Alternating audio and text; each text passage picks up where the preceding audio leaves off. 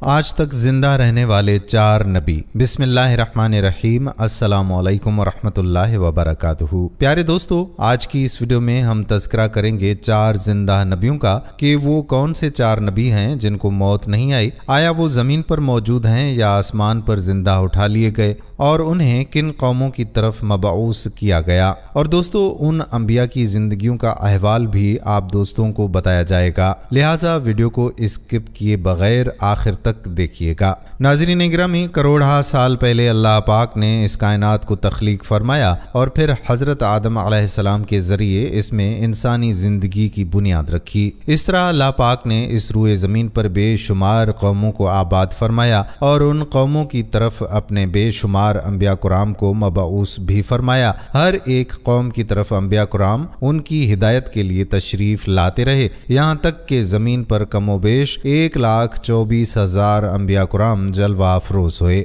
پھر اللہ تعالیٰ نے اپنے پیارے حبیب حضرت محمد صلی اللہ علیہ وآلہ وسلم پر نبوت کا دروازہ بند کر دیا۔ اب قیامت تک کوئی بھی نبی اس دنیا میں تشریف نہیں لائے گا، اس لیے آپ صلی اللہ علیہ وآلہ وسلم خاتم النبیین کہلائے۔ اسی طرح بے شمار انبیاء کرام اپنے اپنے وقت میں اپنی اپنی قوموں کی طرف آئے اور دنیا سے واپس چلے گئے، لیکن 4 انبیاء کرام ایسے ہیں جو آج بھی زندہ ہیں اور لوگوں کی مدد کر رہے ہیں اور ان کو راہ ہدایت کی طرف بلاتے ہیں۔ یہ 4 انبیاء کرام کون کون سے ہیں اور انہیں اللہ تعالیٰ نے انہیں کس وجہ سے زندہ رکھا ہے اور ان کے زندہ رہنے کی کون سی وجوہات ہیں؟ سورہ آل عمران میں اللہ پاک فرماتا ہے کہ پھر جب عیسیٰ علیہ السلام نے ان کا کفر محسوس کیا تو اس نے کہا، اللہ کی طرف کون لوگ میرے مددگار ہیں؟ تو اس کے مخلص ساتھیوں نے عرض کیا کہ ہم اللہ کے دین کے مددگار ہیں، ہم اللہ پر ایمان لائے ہیں اور آپ گواہ رہیں کہ ہم یقیناً مسلمان ہیں، اور ہمارے رب، ہم اس کتاب پر ایمان لائے جو تو نے نازل فرمائی اور ہم نے اس رسول کی اتباع کی، سو ہمیں حق کی گواہی دینے والوں کے ساتھ لکھ لے۔ اور پھر کافروں نے عیسیٰ علیہ السلام کے قتل کے لیے خفیہ سازش کی اور اللہ نے عیسیٰ علیہ السلام کو بچانے کے لیے مخفی تدبیر فرمائی، اور اللہ سب سے بہتر مخفی تدبیر فرمانے والا ہے۔ اس آیت کی تفسیر میں امام فخر الدین رازی رحمۃ اللہ علیہ بیان کرتے ہیں کہ پس یہود کا حضرت عیسیٰ علیہ السلام سے مکر یہ تھا کہ انہوں نے ان کو دھوکے سے قتل کرنے کا ارادہ کیا، اور اللہ تعالیٰ نے ان کے اس مکر کی جو تدبیر فرمائی اس کی کئی صورتیں ہیں۔ ایک یہ کہ اللہ تعالیٰ نے حضرت عیسیٰ علیہ السلام کو آسمان پر اٹھا لیا، اور یہ اس طرح ہوا کہ یہود کے ایک بادشاہ نے حضرت عیسیٰ علیہ السلام کے قتل کا ارادہ کیا، جبکہ حضرت جبرائیل علیہ السلام حضرت عیسیٰ علیہ السلام سے ایک لمحہ بھی جدا نہیں ہوتے تھے۔ اللہ تعالیٰ نے اس فرمان یعنی اور ہم نے پاکیزہ روح کے ذریعے اس کی مدد فرمائی کا یہی مطلب ہے۔ پس جب یہود نے حضرت عیسیٰ علیہ السلام کو قتل کرنے کا ارادہ کیا تو حضرت جبرائیل علیہ السلام نے ان کو ایک مکان میں داخل ہونے کا کہا۔ اس مکان میں ایک روشن دان تھا۔ جب وہ اس مکان میں داخل ہوئے تو حضرت جبرائیل علیہ السلام نے حضرت عیسیٰ علیہ السلام کو اس روشن دان سے نکال لیا اور آپ کی شبیہ ایک اور شخص پر ڈال دی۔ پس یہود نے اسے پکڑا اور اسے عیسیٰ علیہ السلام سمجھ کر صلیب پر لٹکا دیا۔ پس اس پر وہاں پر موجود لوگوں کے 3 گروہ بن گئے۔ ایک نے کہا کہ ہمارے درمیان معاذ اللہ خدا تھا، دوسرے نے کہا معاذ اللہ وہ خدا کا بیٹا تھا، تیسرے نے کہا وہ اللہ کے بندے اور رسول تھے۔ پس دونوں پہلے گروہ باطلہ تیسرے مومن گروہ پر غالب آ گئے، حتیٰ کہ اللہ تعالیٰ نے حضور نبی اکرم صلی اللہ علیہ وآلہ وسلم کو مبعوث فرمایا۔ المختصر، یہود کے ساتھ اللہ کے مکر کا معنی یہ ہے کہ اللہ تعالیٰ نے حضرت عیسیٰ علیہ السلام کو آسمان پر اٹھا لیا اور یہود کو حضرت مسیح علیہ السلام کے ساتھ دھوکہ دہی سے باز رکھا۔ جب حضرت عیسیٰ علیہ السلام نے نبوت کا اعلان کیا اور انہوں نے اپنے ارد گرد کے لوگوں کو جمع کیا اور ان کو جمع کر کے بتایا کہ میں اللہ کی طرف سے بھیجا ہوا نبی ہوں اور میں دعوت حق دینے کے لیے مبعوث ہوا ہوں، لیکن جس قوم کی طرف اللہ تعالیٰ نے حضرت عیسیٰ علیہ السلام کو مبعوث فرمایا وہ قوم یہودی تھی، اور ان کی کتابوں میں واضح لکھا تھا کہ اللہ تعالیٰ کا ایک نبی آئے گا جو یہودیوں کے دین کو ختم کرے گا، اور اسی ڈر کی وجہ سے یہودیوں نے حضرت عیسیٰ علیہ السلام کو قتل کرنے کا منصوبہ بنا لیا کہ اگر حضرت عیسیٰ علیہ السلام زندہ رہے تو ہمارے دین کو ختم کر دیں گے۔ چنانچہ حضرت عیسیٰ علیہ السلام اللہ تعالیٰ کے حکم کے مطابق ان یہودیوں کو دین حق کی طرف بلاتے رہے اور دین حق دیتے رہے، لیکن وہ بدبخت قوم آپ پر ایمان نہیں لائی اور ان کو جھٹلاتی رہی اور آپ پر تانا کشی کرتی رہی۔ جب آپ علیہ السلام کو یقین ہو گیا کہ یہ لوگ میری کسی بات کا یقین نہیں کریں گے اور اسی حالت پر رہیں گے، تو ایک دن حضرت عیسیٰ علیہ السلام نے سب یہودیوں کو اکٹھا کیا اور ان سب سے کہا کہ آپ لوگوں میں سے کون ہے جو اللہ تعالیٰ کے دین پر ایمان لاتا ہے؟ تو ان میں سے تقریباً 12 یا 19 لوگ ایسے تھے جنہوں نے اس بات کا اقرار کیا کہ ہم اللہ تعالیٰ کی وحدانیت پر ایمان لاتے ہیں اور ہم آپ کا دین قبول کرتے ہیں، آپ ہی ہماری بخشش کا ذریعہ بنیں گے۔ اور ان خوش نصیب لوگوں کے علاوہ باقی تمام لوگ ایسے تھے جنہوں نے دین قبول نہ کیا اور حضرت عیسیٰ علیہ السلام کو اسی طرح جھٹلاتے رہے اور اپنے سابقہ دین یعنی یہودیت پر قائم رہے۔ چنانچہ جب یہ چند لوگ حضرت عیسیٰ علیہ السلام پر ایمان لائے تو یہودیوں نے دیکھا کہ لوگ اگر اسی طرح سے حضرت عیسیٰ علیہ السلام پر ایمان لاتے رہے تو ہمارا دین ختم ہو جائے گا، کیوں نہ حضرت عیسیٰ علیہ السلام کو دعوت حق دینے سے روکا جائے۔ اور اس طرح تمام یہودیوں نے آپس میں مشاورت کے بعد حضرت عیسیٰ علیہ السلام کو قتل کرنے کا منصوبہ بنا لیا۔ چنانچہ یہودیوں نے ایک توتیانوس نامی شخص کو مقرر کیا، وہ شخص حضرت عیسیٰ علیہ السلام کو قتل کرنے کے لیے آیا۔ ادھر جب توتیانوس حضرت عیسیٰ علیہ السلام کے پاس پہنچا اور اس ارادے سے جا رہا تھا کہ میں آپ کو آج قتل کر دوں گا، اللہ تعالیٰ نے اپنے فرشتے کو حکم دیا کہ جاؤ اور حضرت عیسیٰ علیہ السلام کو آسمان کی طرف اٹھا کر لے آؤ۔ وہ فرشتہ اللہ تعالیٰ کے حکم کی تعمیل کرتے ہوئے حضرت عیسیٰ علیہ السلام کے پاس گیا اور حضرت عیسیٰ علیہ السلام کو اپنے ساتھ آسمان کی جانب لے آیا۔ جب آپ علیہ السلام آسمان کی طرف پہنچے تو آپ کی ملاقات آپ کی والدہ یعنی حضرت مریم سلام اللہ علیہا سے ہوئی۔ اس وقت آپ علیہ السلام کی والدہ نے آپ کو گلے لگا کر پیار کیا اور آپ نے اپنی والدہ ماجدہ سے فرمایا کہ امی جان اب ہماری ملاقات روز قیامت ہی ہوگی۔ اس طرح جب حضرت عیسیٰ علیہ السلام آسمانوں کی طرف اٹھائے گئے تو اس وقت آپ کی عمر 33 سال تھی، اور ادھر یہود باہر کھڑے ہو کر اس شخص کا انتظار کر رہے تھے جس شخص کو انہوں نے حضرت عیسیٰ علیہ السلام کو قتل کرنے کے لیے بھیجا تھا کہ نہ جانے کب توتیانوس حضرت عیسیٰ علیہ السلام کو قتل کر کے باہر آئے گا۔ اس طرح جب کافی دیر ہو گئی تو وہ شخص واپس نہ آیا۔ اس وقت تمام یہودی حضرت عیسیٰ علیہ السلام کے گھر کی طرف گئے کہ آخر دیکھیں تو صحیح کہ ماجرا کیا ہے۔ انہوں نے ایک شخص کو پایا جس کا چہرہ حضرت عیسیٰ علیہ السلام جیسا تھا، تو انہوں نے اسے قتل کر دیا، اور قتل کرنے کے بعد انہوں نے دیکھا کہ چہرہ تو حضرت عیسیٰ علیہ السلام جیسا تھا، لیکن یہ ہمارا بھیجا ہوا وہی شخص تھا جس کو ہم نے حضرت عیسیٰ علیہ السلام کے قتل کے لیے بھیجا تھا۔ یہ ماجرا دیکھ کر تمام یہودی پریشان ہو گئے اور 2 گروہوں میں تقسیم ہو گئے، اور تمام یہودی آپس میں لڑنے لگے، اور اس لڑائی میں بہت سے یہودیوں کا قتل عام ہوا، جس طرح اللہ تعالیٰ نے سورۃ النساء میں فرمایا ہے۔ اور ان کے اس کہنے کی وجہ سے ہم نے اللہ تعالیٰ کے رسول حضرت عیسیٰ علیہ السلام کو قتل کر دیا، حالانکہ انہوں نے ان کو قتل نہیں کیا اور نہ ہی انہیں سولی پر چڑھایا، مگر ان کے لیے کسی کو حضرت عیسیٰ علیہ السلام کا ہم شکل بنا دیا۔ اور بے شک جو لوگ ان کے بارے میں اختلاف کر رہے ہیں وہ شک میں ہیں اور ان کے پاس کچھ بھی علم نہیں ہے، مگر یہ لوگ گمان کی پیروی کر رہے ہیں، بلکہ حضرت عیسیٰ علیہ السلام کو اللہ تعالیٰ نے آسمان کی جانب اٹھا لیا، یقیناً وہ قتل نہیں ہوئے۔ اللہ تعالیٰ نے حضرت عیسیٰ علیہ السلام کو اپنی حکمت کے ذریعے آسمان کی جانب اٹھا لیا، اور اللہ تعالیٰ بے شک غالب حکمت والا ہے۔ ناظرین، حدیث نبوی میں ہے کہ نبی کریم صلی اللہ علیہ وآلہ وسلم نے ارشاد فرمایا کہ حضرت عیسیٰ علیہ السلام قیامت سے پہلے زمین پر تشریف فرمائیں گے اور سنت نبوی کے مطابق زندگی گزاریں گے، اور حضرت عیسیٰ علیہ السلام ہی صلیب توڑیں گے اور دجال کا جڑ سے خاتمہ کریں گے، اور حضرت عیسیٰ علیہ السلام اس دنیا میں 7 برس تک رہیں گے، اللہ تعالیٰ کے دین کو عام فرمائیں گے، آپ کو مدینہ کی سرزمین میں گنبد خضرا میں دفن کیا جائے گا، اور جو لوگ یہ عقیدہ رکھتے ہیں کہ حضرت عیسیٰ علیہ السلام معاذ اللہ قتل ہو گئے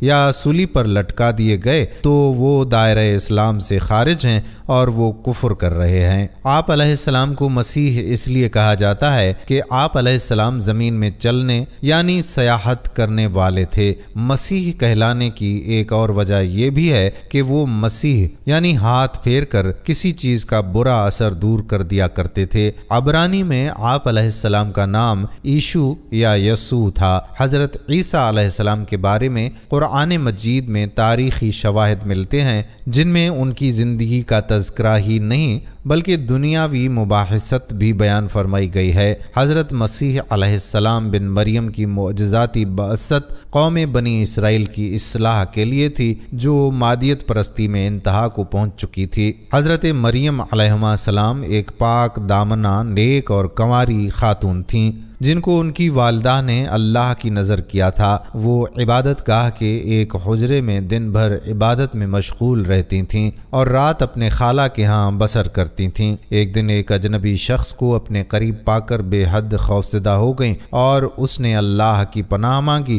نوجوان نے بتایا کہ ڈرنے کی ضرورت نہیں، میں اللہ کی طرف سے بھیجا گیا فرشتہ ہوں اور آپ کو ایک پاکیزہ، مبارک اور مسعود بیٹے کی ولادت کی خوشخبری دینے کے لیے آیا ہوں۔ آپ کا بیٹا دنیا والوں کے لیے ایک بڑی رحمت کا سبب بنے گا۔ وہ بیٹے کی ولادت کی خبر سن کر اور بھی زیادہ گھبرا گئیں۔ بیت المقدس سے تقریباً 8 میل باہر ایک ویران مقام پر حضرت عیسیٰ علیہ السلام کی ولادت ہوئی۔ اللہ تعالیٰ نے اس ویرانے کو زرخیزی میں تبدیل کر دیا، وہاں اپنی نعمتوں کی بارش برسا دی، وہاں پانی کی نہریں جاری فرما دیں اور خشک درختوں پر ان کے استعمال کے لیے طرح طرح کے پھل لگا دیے۔ حضرت بی بی مریم سلام اللہ علیہا یہ جاننے کے باوجود کہ بچے کی پیدائش معجزہ ہے، بشری حیثیت سے سخت پریشان تھیں کہ لوگوں کے سامنے بچے کو لے کر کیسے جاؤں گی اور ان کے استفسار پر کیا جواب دے کر ان کو مطمئن کروں گی۔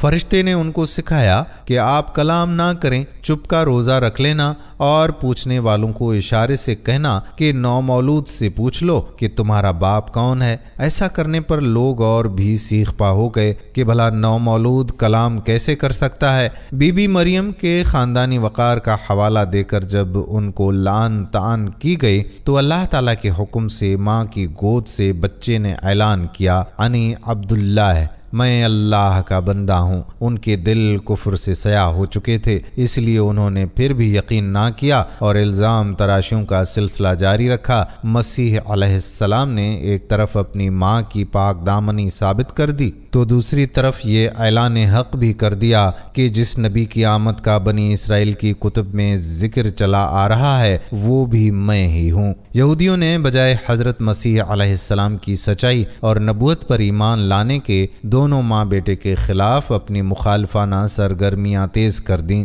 گو کہ گہوارے میں ہی کلام کرنے کا معجزہ ظاہر کرتا ہے کہ ابتدا ہی میں وہ غیر معمولی حیثیت کے مالک تھے، اس لیے ان کے پیغام حق کو بلا چونچراں قبول کر لینا چاہیے تھا، مگر وہ نہ مانے اور انکار کیا۔ مسیح عقیدے کے مطابق اس وقت کے حکمران شیروڈ کو نجومیوں نے بتایا کہ ایک بچہ ایسا پیدا ہونے والا ہے جو تیری حکومت کا اعلان کر کے تمام لوگوں کو بیت المقدس آ کر اپنے نام رجسٹر کرانے کا حکم دیا۔ حضرت مریم بی بی اپنے منگیتر یوسف کے ساتھ نام لکھوانے کے لیے یروشلم روانہ ہوئیں۔ راستے میں ایک ویران استبل میں حضرت مسیح علیہ السلام کی ولادت ہوئی۔ بچے کا نام یسوع رکھا گیا۔ فارس سے آنے والے مجوسیوں نے ستاروں کا حساب لگا کر تصدیق کی کہ نومولود بچہ یہودیوں کا سردار بنے گا۔ ادھر جب بادشاہ کو اپنے دشمن کی ولادت کی خبر ملی تو قتل کرنے کا حکم صادر کیا۔ دیا اور اس دوران حضرت مریم اپنے بچے کو لے کر یوسف کے ہمراہ مصر چلی گئیں۔ وہاں تقریباً 6 ماہ قیام کیا اور بادشاہ کی وفات کے بعد واپس آ کر ناصرہ میں سکونت پذیر ہو گئیں۔ اس دور میں طبیبوں اور حکیموں نے اپنے فن کو کمال پر پہنچا رکھا تھا۔ اللہ تعالیٰ نے اس مناسبت سے حضرت مسیح علیہ السلام کو معجزات عطا فرمائے۔ مایوس العلاج کو ہاتھ پھیر کر تندرست کر دینا، مردہ جسم میں باذن اللہ کہہ کر دوبارہ روح پھونک دینا، ایسے معجزات تھے کہ جن سے آپ علیہ السلام کا نمایاں شان ثابت ہو گیا۔ انہوں نے معجزات کو جادو قرار دیا اور دعوت حق کو ماننے سے انکار کر دیا، حالانکہ نئے دین کی بجائے حضرت موسیٰ علیہ السلام کے دین کی تکمیل ان کا مشن تھا۔ حضرت عیسیٰ علیہ السلام کی تعلیمات کا محور بھی توحید، رسالت، عقیدے کی درستگی اور اعمال صالحہ پر تھا، جو اسلامی تعلیمات سے بے حد ہم آہنگ ہیں۔ سور کا گوشت کھانا، کسی عورت کو نظر بد سے دیکھنا، عورت اور مردوں کا اختلاط اور شراب کے استعمال سے منع فرمایا گیا ہے۔ حضرت آدم علیہ السلام سے لے کر نبی پاک صلی اللہ علیہ وآلہ وسلم تک تمام انبیاء اور رسول کی تعلیمات میں یکسانیت پائی جاتی ہے، جن میں حضرت مسیح علیہ السلام کی تعلیمات بھی شامل ہیں، لیکن بعد کے ادوار میں ان کی اصل تعلیمات کو پس پشت ڈال کر اپنی پسند کی بہت سی تعلیمات کو شامل کر لیا گیا۔ پیارے دوستو، یہ تھے پہلے نبی جو ابھی تک زندہ ہیں اور آسمان پر اٹھا دیے گئے ہیں۔ پیارے دوستو، اب بات کرتے ہیں ہم دوسرے نبی کی جنہیں اللہ تعالیٰ نے زندگی عطا کی، وہ ہیں حضرت خضر علیہ السلام۔ ناظرین، حضرت خضر علیہ السلام ظاہری طور پر اس دنیا میں تب تشریف لائیں گے جب دجال اس دنیا میں ظاہر ہوگا اور دجال اپنا فتنہ اس دنیا میں پھیلا رہا ہوگا اور دنیا کے لوگوں کو اللہ کے دین سے دور کر رہا ہوگا، تو اس وقت حضرت خضر علیہ السلام لوگوں کو اللہ کے دین کی طرف بلائیں گے، اللہ کی وحدانیت کی طرف بلائیں گے، لوگوں کو نیکی کی طرف بلائیں گے اور لوگوں کو کہیں گے کہ نیک کام کرو، برے کاموں سے باز آ جاؤ۔ ایک دوسری روایت میں آتا ہے کہ حضرت محمد صلی اللہ علیہ وآلہ وسلم اپنے صحابہ کرام کو حضرت خضر علیہ السلام کا قصہ سنا رہے تھے کہ آپ نے فرمایا کہ حضرت خضر علیہ السلام کا باپ ایک بادشاہ تھا۔ حضرت خضر علیہ السلام کو بادشاہت سے نوازنا چاہتا تھا، لیکن حضرت خضر علیہ السلام کو دنیا کی بادشاہت پسند نہ آئی اور آپ علیہ السلام نے دنیا کی سلطنت کو لینے سے انکار کر دیا۔ آپ نے اپنے والد گرامی سے کہا کہ میں اس دنیا کی سلطنت نہیں لینا چاہتا، تو اس طرح سے آپ اپنے والد سے ناراض ہو کر جنگلوں کی طرف چلے گئے اور جہاں پر انہیں کوئی بھی نہ ڈھونڈ سکا وہاں آپ عبادت الہی میں مصروف ہو گئے، اور اسی دوران آپ کا گزر ایک آب حیات کے چشمے کے قریب سے ہوا اور چشمے سے پانی پی کر آپ تا حیات زندہ رہنے میں کامیاب ہو گئے، اور آپ کا تا حیات زندہ رہنے کا ذکر کافی روایات میں بھی ملتا ہے۔ حضرت انس رضی اللہ تعالیٰ عنہ نے ایک روایت نقل کی ہے کہ جب اللہ تعالیٰ کے پیارے نبی حضرت محمد مصطفیٰ صلی اللہ علیہ وآلہ وسلم کا ظاہری انتقال ہوا تو ایک بزرگ سارے مجموعے سے ہوتا ہوا حضور انور صلی اللہ علیہ وآلہ وسلم کے جسم اطہر کے پاس آ کر رک گیا، اور اس شخص نے کچھ پڑھا اور پھر واپس چل دیا۔ تو اس کے جانے کے بعد وہاں موجود صحابہ کرام نے پوچھا کہ یہ شخص کون تھا؟ اس مجموعے میں سے کوئی بھی اس کو نہ جانتا تھا؟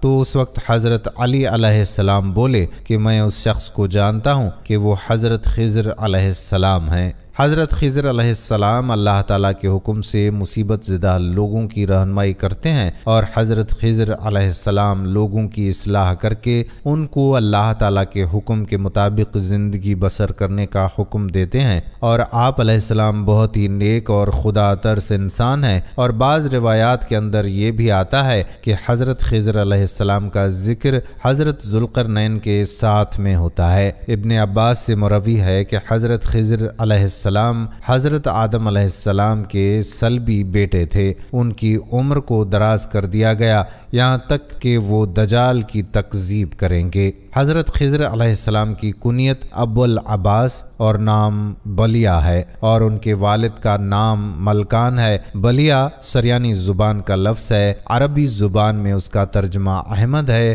خضر ان کا لقب ہے، اور اس لفظ کو 3 طرح سے پڑھ سکتے ہیں: خضر، خضر، خضر۔ خضر کے معنی سبز چیز کے ہیں، یہ جہاں بیٹھتے ہیں وہاں آپ کی برکت سے ہری ہری گھاس اگاتی ہے، اس لیے لوگ ان کو خضر کہنے لگتے ہیں۔ یہ بہت ہی عالی خاندان ہیں اور ان کے آبا و اجداد بادشاہ تھے۔ بعض عارفین نے فرمایا ہے کہ جو مسلمان ان کا اور ان کے والد کا نام ان کی کنیت یاد رکھے گا انشاءاللہ تعالی اس کا خاتمہ ایمان پر ہوگا۔ حضرت خضر علیہ السلام حضور خاتم النبیین صلی اللہ علیہ وآلہ وسلم کی زیارت سے بھی مشرف ہوئے ہیں، اس لیے یہ صحابی بھی ہیں۔ حضرت خضر علیہ السلام کی حیات کے بارے میں ایک روایت یہ بھی ملتی ہے کہ حضرت آدم علیہ السلام نے فوت ہوتے وقت اپنے بیٹوں کو وصیت فرمائی تھی کہ میرا جسم تمہارے پاس ایک غار میں محفوظ رہنا چاہیے، جب تک غار سے نکلو تم میری نعش کو شام لے جانا اور وہیں مجھے سپرد خاک کر دینا۔ اس روایت کے آخر میں حضرت آدم علیہ السلام نے دعا کی تھی جو مجھے دفن کرے اس کی عمر قیامت تک دراز ہو۔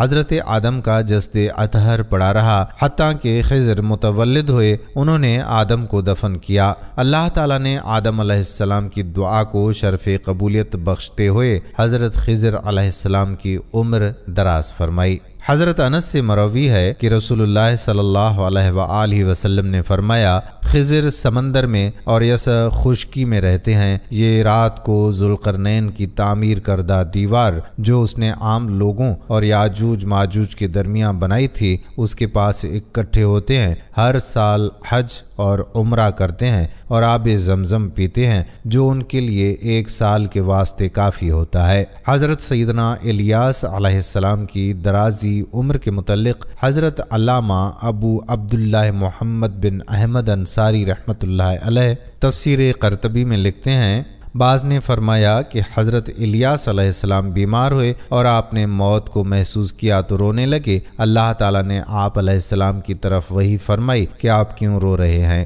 کیا دنیا کی حرص میں رو رہے ہیں یا موت کے غم میں یا دوزخ کے خوف سے؟ آپ علیہ السلام نے عرض کیا کہ تیری عزت و جلال کی قسم، میرے رونے کا سبب ان میں سے کوئی نہیں ہے، بلکہ میں تو اس غم میں رو رہا ہوں کہ میرے بعد تیری حمد کرنے والے حمد کریں گے لیکن میں نہیں کر سکوں گا، تیرا ذکر کرنے والے میرے بعد تیرا ذکر کریں گے لیکن میں نہیں کر سکوں گا، روزہ رکھنے والے میرے بعد بھی روزہ رکھیں گے لیکن میں نہیں رکھ سکوں گا، نماز پڑھنے والے میرے بعد بھی نماز پڑھیں گے لیکن میں نہیں پڑھ سکوں گا۔ تو آپ سے کہا گیا، اے الیاس، میں اس وقت تک تمہاری موت کو مؤخر کروں گا جب تک دنیا میں کوئی بھی میرا ذکر کرنے والا نہ ہوگا، یعنی قیامت تک۔ جبکہ حضرت خضر علیہ السلام کی درازی عمر کا سبب تفاسیر میں یہ لکھا ہے کہ آپ نے آب حیات پی لیا ہے۔ چنانچہ صدر الفاضل میں مولانا مفتی سید محمد نعیم الدین مراد آبادی رحمۃ اللہ علیہ لکھتے ہیں کہ ذوالقرنین نے کتابوں میں لکھا تھا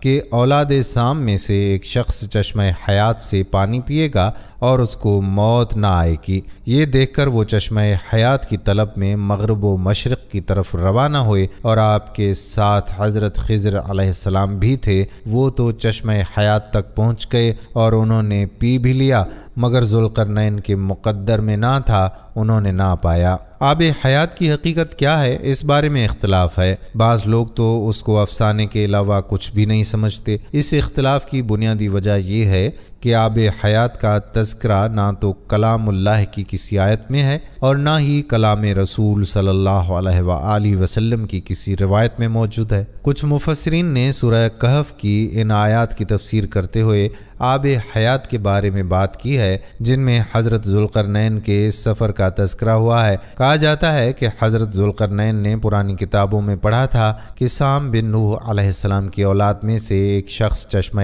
حیات سے پانی پی لے گا اور اس کو موت نہ آئے گی، اس لیے حضرت ذوالقرنین نے مغرب کا سفر کیا۔ آپ کے ساتھ حضرت خضر علیہ السلام بھی تھے، وہ آب حیات کے چشمے پر پہنچ گئے اور اس کا پانی بھی پی لیا، مگر حضرت ذوالقرنین کے مقدر میں نہیں تھا، وہ محروم رہ گئے۔ اس سفر میں آپ جانب مغرب روانہ ہوئے تو جہاں تک آبادی کا نام و نشان ہے وہ سب منزلیں طے کر کے آپ ایک ایسے مقام پر پہنچے کہ انہیں سورج غروب کے وقت ایسا نظر آیا کہ وہ سیاہ چشمے میں ڈوب رہا ہے، جیسا کہ سمندری سفر کرنے والوں کو آفتاب سمندر کے کالے پانی میں ڈوبتا نظر آتا ہے۔ وہاں ان کو ایک ایسی قوم ملی جو جانوروں کی کھال پہنے ہوئے تھی، اس کے سوا کوئی دوسرا لباس ان کے بدن پر نہیں تھا، اور دریائی مردہ جانوروں کے سوا ان کی غذا کا کوئی دوسرا سامان نہیں تھا۔ یہ قوم ناسک کہلاتی تھی۔ حضرت ذوالقرنین نے دیکھا کہ ان کے لشکر بے شمار ہیں اور یہ لوگ بہت ہی طاقتور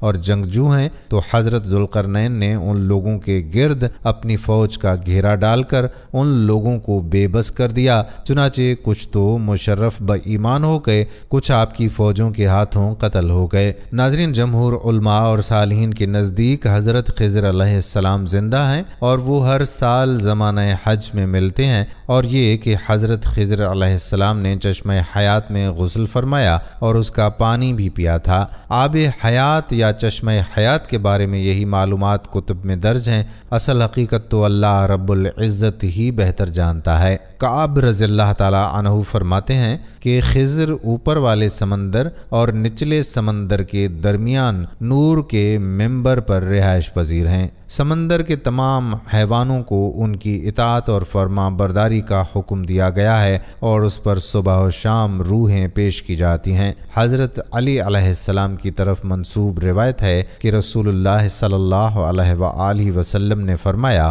کہ جبرائیل، میکائیل، اسرافیل اور خضر ہر سال عرفہ کے دن جمع ہوتے ہیں۔ جبرائیل کہتا ہے ماشاء اللہ لا قوت الا باللہ، تو میکائیل ان کے جواب میں ماشاء اللہ من کل نعمت فمن اللہ کہتے ہیں، اور اسرافیل ماشاء اللہ الخیر کل بید اللہ سے جواب لوٹاتے ہیں۔ حضرت خضر علیہ السلام ماشاء اللہ لا یصرف سوء الا اللہ سے جواب دیتے ہیں، اور اس کے بعد وہ جدا جدا ہو جاتے ہیں۔ آپ صلی اللہ علیہ وآلہ وسلم نے فرمایا جو ان 4 کلموں کو نیند سے بیدار ہوتے وقت پڑھتا ہے، اللہ تعالیٰ اس کی حفاظت کے لیے 4 فرشتے مقرر کر دیتا ہے۔ حضرت عبداللہ بن عباس رضی اللہ تعالیٰ عنہ سے مرفوعاً مروی ہے کہ حضرت خضر اور حضرت الیاس ہر سال ملاقات کرتے ہیں اور اس کلمہ بسم اللہ ماشاء اللہ لا حول ولا قوت الا باللہ پر جدا ہو جاتے ہیں۔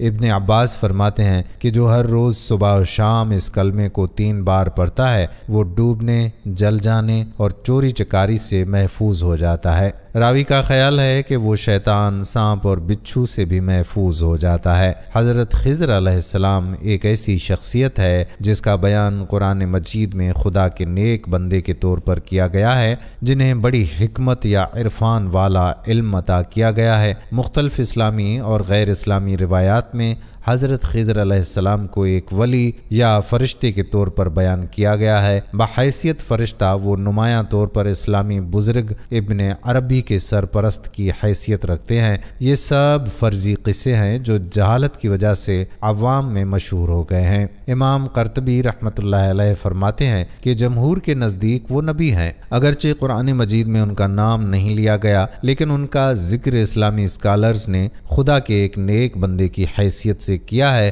جنہیں علم دیا گیا ہے۔ اس نیک بندے کے علم کو حضرت موسیٰ علیہ السلام پر ان کے ساتھ کیے گئے ایک سفر میں موسیٰ علیہ السلام پر ظاہر کیا جاتا ہے۔ اس سفر میں انہوں نے کشتی میں سوراخ کرنے، ایک نوجوان کا قتل اور کنجوسوں کی بستی میں بلا معاوضہ دیوار کی مرمت کرنے جیسے کاموں کے پس پردہ اپنے علم جو کہ انہیں اللہ تعالیٰ کی جانب سے خاص طور پر عطا کیا گیا ہے، اس کی بدولت کہانی کے آخر میں حضرت موسیٰ علیہ السلام پر وضاحت کی، کیونکہ حضرت موسیٰ علیہ السلام نے آپ کے ہر عمل کو غیر منصفانہ اور نامناسب سمجھا تھا۔ مسلم اسکالرز کے مطابق حضرت خضر علیہ السلام ابھی بھی زندہ ہیں۔ دوستو، حضرت خضر علیہ السلام کا حضرت موسیٰ علیہ السلام سے ملاقات کا واقعہ جو کہ بہت ہی مشہور واقعہ ہے، حضرت موسیٰ علیہ السلام بنی اسرائیل کو خطاب کرنے کے لیے کھڑے ہوئے تو ان سے سوال کیا گیا کہ لوگوں میں سب سے زیادہ علم کس کے پاس ہے؟ حضرت موسیٰ علیہ السلام نے فرمایا میرے پاس۔ اللہ تعالیٰ نے ان پر عتاب کیا کہ علم کو اللہ کی طرف منسوب کیوں نہیں کیا۔ چنانچہ اللہ تعالیٰ نے وحی بھیجی کہ بحرین جہاں دو دریا ملتے ہیں وہاں میرے بندوں میں سے ایک بندہ ایسا ہے جس کے پاس آپ سے زیادہ علم ہے۔ حضرت موسیٰ علیہ السلام نے عرض کیا کہ اے رب میں کس طرح اس کے پاس پہنچوں گا؟ اللہ تعالیٰ نے فرمایا کہ زنبیل میں ایک مچھلی رکھ کر چل دو، جہاں وہ کھو جائے گی وہیں وہ شخص آپ کو ملے گا۔ پھر حضرت موسیٰ علیہ السلام نے اپنے ساتھ اپنے خادم یوشع بن نون کو لیا اور زنبیل میں مچھلی رکھ کر چل دیے، یہاں تک کہ ایک ٹیلے کے پاس پہنچے تو موسیٰ علیہ السلام اور ان کے خادم دونوں لیٹ گئے اور سو گئے۔ مچھلی زنبیل میں کودنے لگی یہاں تک کہ نکل کر دریا میں گر گئی۔ اللہ تعالیٰ نے پانی کا بہاؤ وہیں روک دیا اور وہاں طاق سا بن گیا اور اس کا راستہ ویسا ہی بنا رہا، جبکہ حضرت موسیٰ علیہ السلام کے ساتھ ہی یہ بھول گئے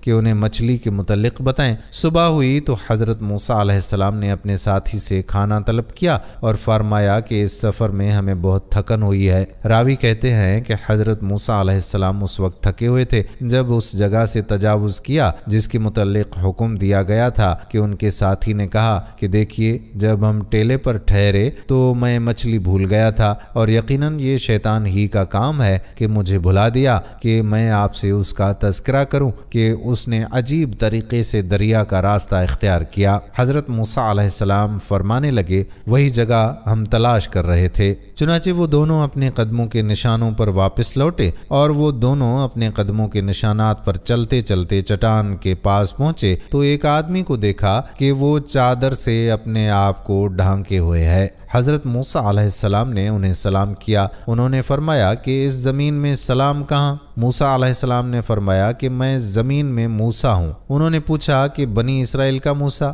آپ علیہ السلام نے فرمایا کہ ہاں۔ حضرت خضر علیہ السلام نے فرمایا اے موسیٰ تمہارے پاس اللہ کا دیا ہوا ایک علم ہے جسے میں نہیں جانتا اور میرے پاس اللہ کا عطا کردہ ایک علم ہے جسے آپ نہیں جانتے۔ حضرت موسیٰ علیہ السلام نے فرمایا کیا میں اس شرط پر آپ کے پیچھے چلوں کہ آپ میری رہنمائی فرماتے ہوئے مجھے وہ باتیں سکھائیں جو اللہ تعالیٰ نے آپ کو سکھائی ہیں؟ حضرت خضر علیہ السلام نے فرمایا کہ آپ صبر نہیں کر سکیں گے اور اس چیز پر کیسے صبر کر سکیں گے جس کا آپ کی عقل نے احاطہ ہی نہیں کیا۔ حضرت موسیٰ علیہ السلام نے فرمایا ان قریب آپ مجھے صبر کرنے والا پائیں گے اور میں آپ کی حکم عدولی نہیں کروں گا۔ حضرت خضر علیہ السلام نے فرمایا اگر میری پیروی کرنا ہی چاہتے ہو تو جب تک کوئی بات میں خود نہ بیان کروں آپ مجھے نہیں پوچھیں گے۔ حضرت موسیٰ علیہ السلام نے فرمایا ٹھیک ہے۔ پھر حضرت موسیٰ علیہ السلام اور حضرت خضر علیہ السلام دونوں ساحل پر چل رہے تھے کہ ایک کشتی ان کے پاس سے گزری۔ انہوں نے کہا کہ ہمیں بھی سوار کر لو۔ انہوں نے حضرت خضر علیہ السلام کو پہچان لیا اور بغیر کرائے کے دونوں کو بٹھا لیا۔ حضرت خضر علیہ السلام نے اس کشتی کا تختہ اکھاڑ دیا۔ حضرت موسیٰ علیہ السلام بول پڑے کہ آپ نے کشتی کو توڑ دیا تاکہ اس کشتی والے غرق ہو جائیں۔ آپ نے بڑا عجیب کام کیا۔ حضرت خضر علیہ السلام نے فرمایا اے موسیٰ کیا میں نے تمہیں نہیں کہا تھا کہ تم میرے ساتھ رہ کر صبر نہیں کر سکو گے؟ حضرت موسیٰ علیہ السلام نے فرمایا کہ جو بات میں بھول گیا ہوں آپ اس پر میرا مواخذہ نہ کریں اور مجھے تنگی میں نہ ڈالیں۔ پھر وہ کشتی پر سے اتر کر ابھی ساحل پر چل ہی رہے تھے کہ ایک بچہ بچوں کے ساتھ کھیل رہا تھا۔ حضرت خضر علیہ السلام نے اس کا سر پکڑا اور اسے ہاتھ سے جھٹکا دے کر قتل کر دیا۔ حضرت موسیٰ علیہ السلام کہنے لگے کہ آپ نے ایک بے گناہ کو قتل کر دیا، آپ نے بڑی بیجا حرکت کی۔ وہ کہنے لگے کہ میں نے کہا تھا کہ آپ میرے ساتھ صبر نہیں کر سکتے۔ راوی کہتے ہیں کہ یہ بات پہلی بات سے زیادہ تعجب خیز تھی۔ حضرت موسیٰ علیہ السلام کہنے لگے کہ اگر اس کے بعد بھی میں آپ سے کسی چیز کے بارے میں سوال کروں تو آپ مجھے ساتھ نہ رکھیے گا، آپ میری طرف سے عذر کو پہنچ چکے ہیں۔ پھر وہ دونوں چلے یہاں تک کہ ایک بستی کے پاس سے گزرے اور ان سے کھانے کے لیے کچھ مانگا تو انہوں نے ان کی مہمانی کرنے سے انکار کر دیا۔ اتنے میں وہاں انہیں ایک دیوار ملی جو گرنے کے قریب تھی تو حضرت خضر علیہ السلام نے اس دیوار کو سیدھا کھڑا کر دیا۔ حضرت موسیٰ علیہ السلام کہنے لگے کہ ہم ان لوگوں کے پاس آئے تو انہوں نے ہماری ضیافت تک نہیں کی اور ہمیں کھانا کھلانے سے بھی انکار کر دیا۔ اگر آپ چاہتے تو اس کام کی اجرت لے سکتے تھے۔ حضرت خضر علیہ السلام نے فرمایا کہ بس اب یہ وقت ہماری اور آپ کی جدائی کا ہے۔ میں آپ کو ان چیزوں کی حقیقت بتا دیتا ہوں جن پر آپ صبر نہیں کر سکے۔ حضرت خضر علیہ السلام حضرت موسیٰ علیہ السلام کا کپڑا پکڑ کر فرمانے لگے کہ میں اب آپ کو ان کاموں کا راز بتاتا ہوں کہ جن پر تم صبر نہ کر سکے۔ کشتی تو ان مسکینوں کی تھی کہ جو سمندر میں مزدوری کرتے تھے، اور ان کے آگے ایک بادشاہ تھا جو ظلماً کشتیوں کو چھین لیتا تھا، تو میں نے چاہا کہ میں اس کشتی کو عیبدار کر دوں۔ تو جب کشتی چھیننے والا آیا تو اس نے کشتی کو عیبدار سمجھ کر چھوڑ دیا، اور وہ کشتی آگے بڑھ گئی، اور کشتی والوں نے ایک لکڑی لگا کر اسے درست کر لیا۔ اور وہ لڑکا جسے میں نے قتل کیا ہے فطرتاً کافر تھا، اس کے ماں باپ اس سے بڑا پیار کرتے تھے، تو جب وہ بڑا ہوا تو وہ اپنے ماں باپ کو بھی سرکشی میں پھنسا دیتا، تو ہم نے چاہا کہ اللہ تعالیٰ ان کو اس لڑکے کے بدلے میں دوسرا لڑکا عطا فرما دے جو کہ اس سے بہتر ہو۔ اور وہ دیوار جسے میں نے درست کیا وہ 2 یتیم لڑکوں کی تھی جس کے نیچے خزانہ تھا۔ نبی اکرم صلی اللہ علیہ وآلہ وسلم نے فرمایا کہ ہماری چاہت تھی کہ موسیٰ علیہ السلام اللہ ان پر رحمت کرے، کچھ دیر اور صبر کرتے تاکہ ہمیں ان کی عجیب و غریب خبریں سننے کو ملتی۔ پھر نبی اکرم صلی اللہ علیہ وآلہ وسلم نے فرمایا کہ موسیٰ نے پہلا سوال تو بھول کر کیا تھا، پھر ایک چڑیا آئی جس نے کشتی کے کنارے پر بیٹھ کر دریا میں اپنی چونچ ڈبوئی۔ پھر حضرت خضر علیہ السلام نے موسیٰ علیہ السلام سے فرمایا میرے اور آپ کے علم نے اللہ کے علم میں سے صرف اسی قدر کم کیا جتنا اس چڑیا نے دریا سے۔ یہ واقعہ قرآن پاک میں بھی بیان ہوا ہے، تاہم حضرت خضر علیہ السلام کا نام قرآن پاک میں نہیں لیا گیا۔ پیارے دوستو، اب ذکر کریں گے حضرت الیاس علیہ السلام کا، جو کہ اللہ کے نبی ہیں اور زندہ بھی ہیں۔ تفاسیر میں بیان کیا گیا ہے کہ حضرت الیاس علیہ السلام کو ایک نورانی گھوڑے پر بٹھا کر آسمانوں کی طرف لے جایا گیا۔ اس بات کا تذکرہ حضرت انس رضی اللہ تعالی عنہ کی ایک روایت میں ہے، اور فرماتے ہیں کہ میں اور آقا صلی اللہ علیہ وآلہ وسلم ایک پہاڑ سے گزر رہے تھے، وہاں سے گزرتے ہوئے ایک آواز سنائی دی کہ اللہ تعالیٰ مجھے بھی حضرت محمد صلی اللہ علیہ وآلہ وسلم کا امتی بنا دے۔ یہ آواز سنتے ہی اللہ تعالیٰ کے نبی صلی اللہ علیہ وآلہ وسلم نے مجھے حکم دیا کہ اے انس اس آواز کا پتہ لگاؤ کہ یہ کون ہے۔ حضرت انس رضی اللہ تعالیٰ عنہ بیان کرتے ہیں کہ میں جب پہاڑ کے اندر گیا تو میں نے دیکھا کہ ایک سفید پوش بزرگ اللہ تعالیٰ کی عبادت میں مشغول تھا، اور جب اس شخص نے مجھے دیکھا تو کہا اے بندے تو محمد صلی اللہ علیہ وآلہ وسلم کا صحابی ہے؟ تو حضرت انس رضی اللہ تعالیٰ عنہ نے کہا جی ہاں۔ تو اس بزرگ نے کہا کہ میرا سلام حضرت محمد صلی اللہ علیہ وآلہ وسلم کو پہنچا دو، اور حضرت محمد صلی اللہ علیہ وآلہ وسلم کی بارگاہ میں عرض کرنا کہ حضرت الیاس علیہ السلام آپ سے ملنا چاہتے ہیں۔ اور میں واپس نبی صلی اللہ علیہ وآلہ وسلم کے پاس آیا اور حضور صلی اللہ علیہ وآلہ وسلم کی بارگاہ میں حضرت الیاس علیہ السلام کا پیغام پیش کیا، سلام پیش کیا، تو آپ صلی اللہ علیہ وآلہ وسلم نے مجھے اپنے ساتھ لیا اور حضرت الیاس علیہ السلام سے ملنے کے لیے چل پڑے۔ جب آپ حضرت الیاس علیہ السلام کے پاس پہنچے تو میں ان سے کچھ دور کھڑا ہو گیا، تو آپ صلی اللہ علیہ وآلہ وسلم اور حضرت الیاس علیہ السلام کافی دیر تک آپس میں باتیں کرتے رہے۔ تو اس دوران ان پر آسمان کی طرف سے کھانا نازل ہوا، تو اس وقت حضرت محمد صلی اللہ علیہ وآلہ وسلم نے مجھے بھی اپنے پاس بلا لیا، اور اس طرح سے ہم نے کھانا کھایا۔ کھانا ختم ہوا تو میں نے دیکھا کہ ایک سفید پرندہ آسمان سے نیچے کی طرف آ رہا ہے، اور وہ پرندہ حضرت الیاس کے پاس آ گیا۔ حضرت الیاس علیہ السلام اس پرندے پر سوار ہوئے اور آسمان کی جانب چلے گئے۔ بعض علماء نے لکھا ہے کہ حضرت الیاس علیہ السلام اور حضرت خضر علیہ السلام ہر رمضان میں بیت المقدس میں تشریف لاتے ہیں اور وہاں پر روزے رکھتے ہیں، اور حج کے موقع پر حج بھی ادا کرتے ہیں، اور یہ دونوں نبی مختلف مقامات پر مصیبت زدہ انسانوں کی مدد بھی کرتے ہیں۔ قرآن عزیز نے ان کا نام الیاس بتایا ہے، اور انجیل یوحنا میں ان کو ایلیا نبی کہا گیا ہے۔ بعض آثار میں ہے کہ الیاس اور ادریس ایک نبی کے 2 نام ہیں، مگر یہ صحیح نہیں ہے۔ اول تو ان آثار کے متعلق محدثین کو کلام ہے اور وہ ان کو ناقابل حجت قرار دیتے ہیں۔ دوسرے، قرآن عزیز کا اندازہ بیان بھی ان آثار کی تردید کرتا ہے، اس لیے کہ اس نے انعام اور والصافات میں حضرت الیاس کے جو اوصاف اور حالات قلم بند کیے ہیں ان میں کسی ایک جگہ بھی یہ ارشاد نہیں ملتا کہ ان کو ادریس بھی کہتے ہیں۔ سورۃ انبیاء میں ادریس علیہ السلام کا جس آیت میں تذکرہ ہے اس میں بھی کوئی ایسا اشارہ نہیں پایا جاتا کہ جس سے ان دونوں پیغمبروں کے اوصاف و حالات کی مشابہت پر بھی استدلال کیا جا سکے، چنانچہ ان حالات کو صرف ایک ہی شخصیت سے متعلق سمجھ لیا جائے۔ علاوہ ازیں مورخین نے حضرت ادریس علیہ السلام کا جو نسب نامہ بیان کیا ہے وہ اس نسب نامے سے قطعاً جدا ہے جو حضرت الیاس علیہ السلام سے متعلق ہے، اور اس لحاظ سے دونوں کے درمیان صدیوں کا بعد ہو جاتا ہے۔ پس اگر یہ دونوں نام ایک ہی پیغمبر کے ہوتے تو قرآن عزیز فرقان حمید ضرور اس جانب اشارہ کرتا، اور مورخین ضرور ہر دو نسب ناموں کی وحدت کسی دلیل سے بیان کر سکتے۔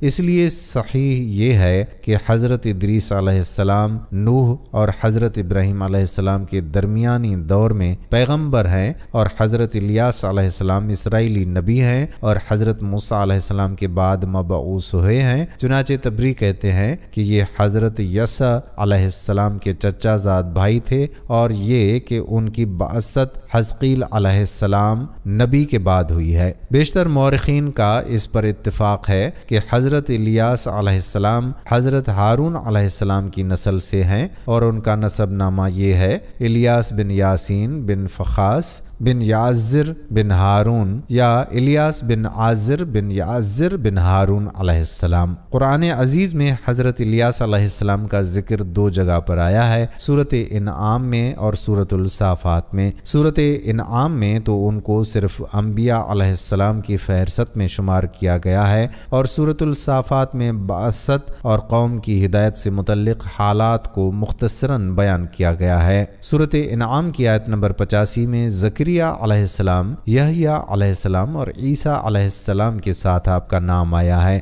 اور قرآن نے چاروں کو صالح کہا ہے۔ سورہ صافات آیت نمبر 123 میں آپ کو رسولوں میں شمار کیا گیا ہے۔ پھر 124 سے 129 آیت تک آپ کا مختصراً قصہ ہے کہ آپ کی قوم بعل نامی بت کو پوجتی تھی۔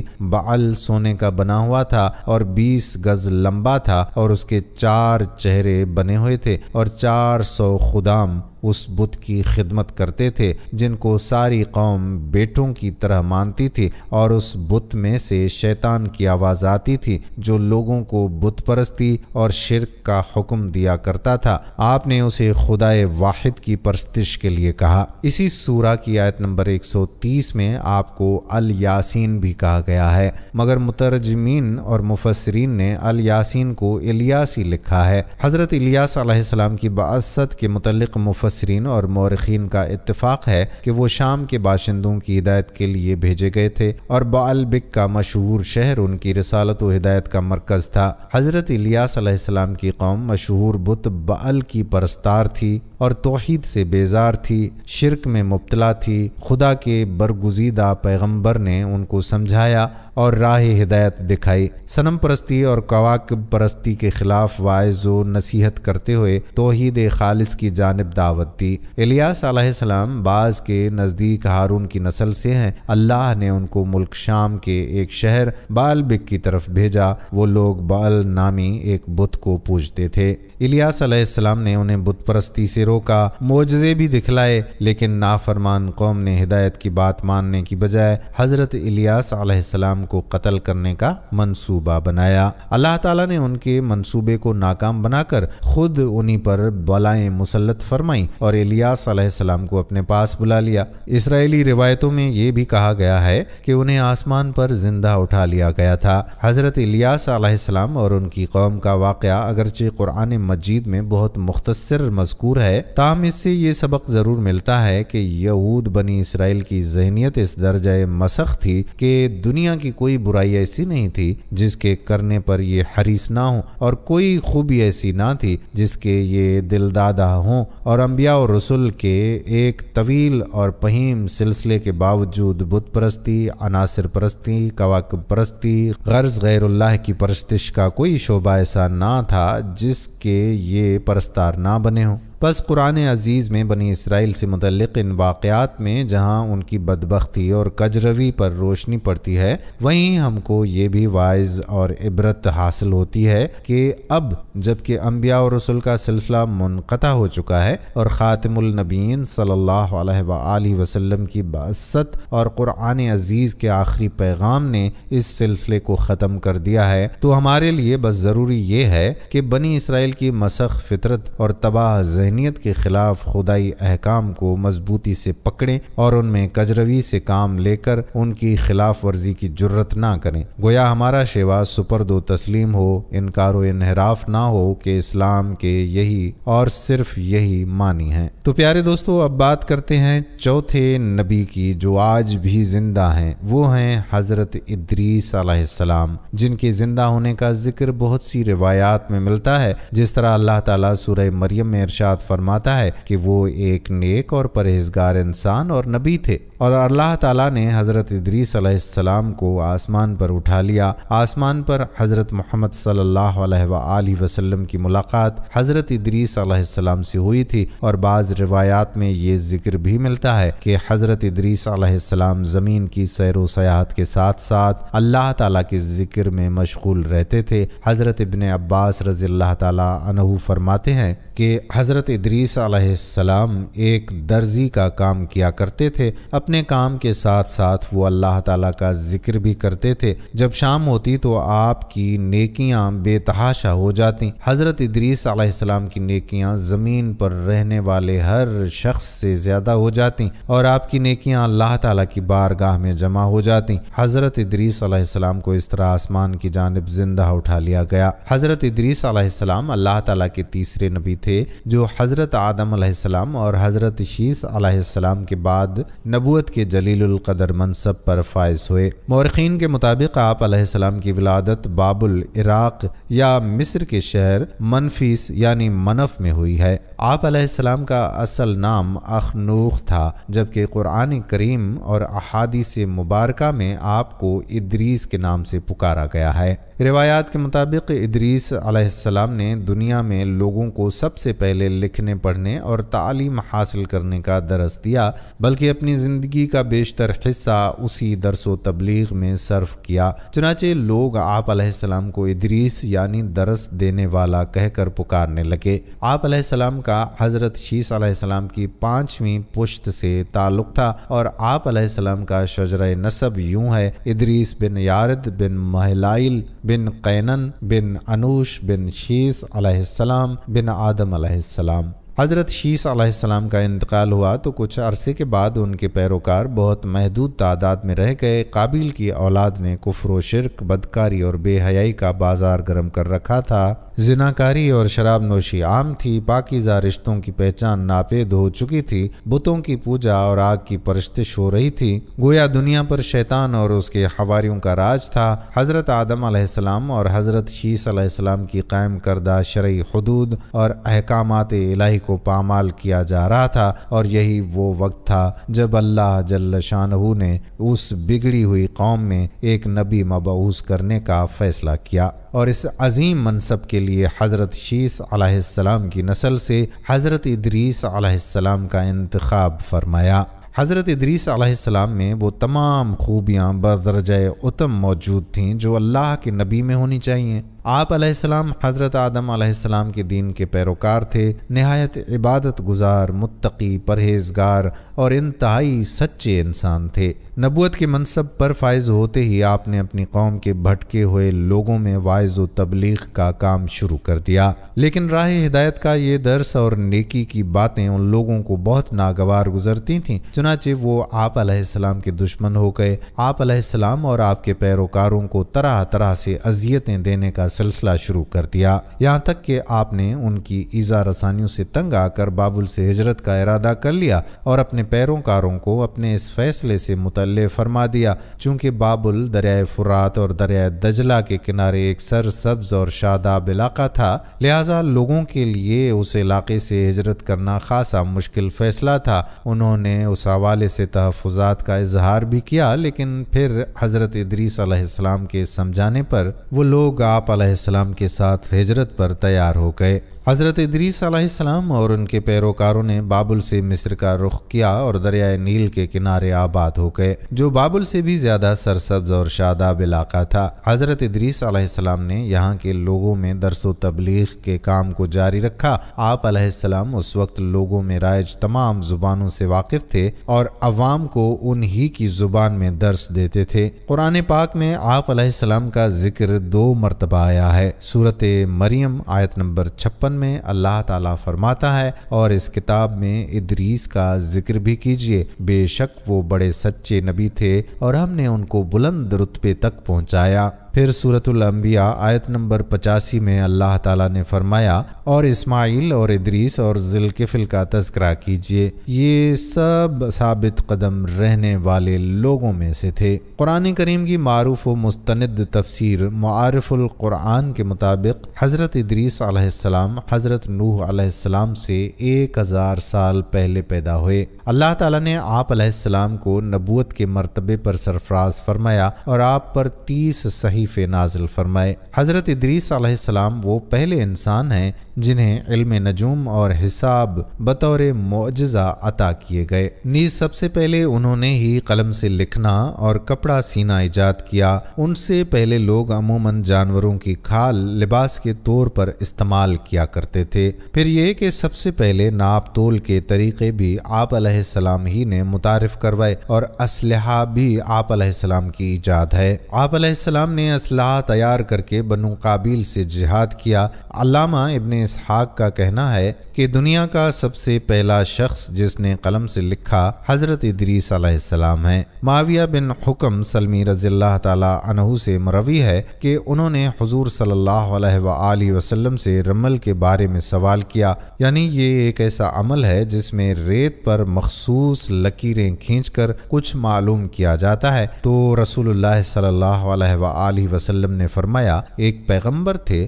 جنہوں نے یہ لکھا، لہذا جس شخص کا خط ان کے موافق ہو جائے تو اچھا ہے۔ علماء تفسیر فرماتے ہیں کہ پہلا شخص جس نے تبلیغ دین کے لیے واعظ و خطاب کا سلسلہ شروع کیا وہ حضرت ادریس علیہ السلام تھے۔ حلال بن یسار کہتے ہیں کہ حضرت ابن عباس رضی اللہ تعالی عنہ نے حضرت کعب سے پوچھا کہ قرآن پاک کی اس آیت وَرَفَعْنَاهُ مَكَانًا عَلِيًّا اور ہم نے ان کو اونچی جگہ اٹھا لیا، اس کا کیا مطلب ہے؟ تو حضرت کعب نے فرمایا کہ اللہ عز و جل نے حضرت ادریس علیہ السلام کی طرف وحی بھیجی کہ میں تمہیں ہر روز تمام بنی آدم کے اعمال کے برابر درجات دیتا ہوں۔ اس سے مراد اس زمانے کے تمام بنی آدم ہیں۔ تو حضرت ادریس علیہ السلام نے چاہا کہ پھر تو اعمال میں اور اضافہ ہونا چاہیے، لہٰذا جب ان کے پاس فرشتے آئے تو انہوں نے وحی کا ذکر کرتے ہوئے کہا کہ میں چاہتا ہوں کہ ملک الموت سے بات کروں اور پوچھوں کہ کب تک میری زندگی باقی ہے۔ فرشتے نے حضرت ادریس علیہ السلام کو اپنے پروں پر بٹھایا اور انہیں لے کر آسمان کی طرف بلند ہو گیا۔ جب وہ چوتھے آسمان پر پہنچے تو ان کی ملک الموت سے ملاقات ہو گئی جو نیچے اتر رہے تھے۔ حضرت ادریس علیہ السلام کے دوست فرشتے نے ملک الموت سے حضرت ادریس علیہ السلام کے بارے میں ذکر کیا تو اسرائیل علیہ السلام نے پوچھا کہ حضرت ادریس علیہ السلام کہاں ہیں؟ فرشتے نے جواب دیا کہ وہ میری پشت پر ہیں۔ اس پر ملک الموت نے حیرت کا اظہار کرتے ہوئے کہا کہ واہ، تعجب ہے، مجھے پروردگار کی طرف سے کہہ کر بھیجا گیا ہے کہ حضرت ادریس علیہ السلام کی روح چوتھے آسمان پر قبض کر لو۔ تو میں نے سوچا کہ وہ تو زمین پر ہیں، ان کی روح چوتھے آسمان پر کیسے قبض کروں؟ ابھی اسی سوچ و بچار میں تھا اور زمین پر اتر ہی رہا تھا کہ تم انہیں لے کر چوتھے آسمان پر آ گئے۔ پھر ملک الموت نے ان کی روح قبض کر لی۔ بحوالہ قصص الانبیاء ابن کثیر۔ ابن ابی حاتم نے بھی اس آیت کی تفسیر کے ذیل میں اس حدیث کو ذکر کرتے ہوئے یہ اضافہ کیا ہے کہ حضرت ادریس نے فرشتے سے کہا کہ ملک الموت سے میرے بارے میں سوال کرو کہ میری عمر کتنی باقی رہ گئی ہے، جبکہ حضرت ادریس علیہ السلام فرشتے کے ساتھ ہی تھے۔ فرشتے کے سوال پر ملک الموت نے کہا کہ جب تک میں انہیں دیکھ نہ لوں اس وقت تک کچھ نہیں بتا سکتا۔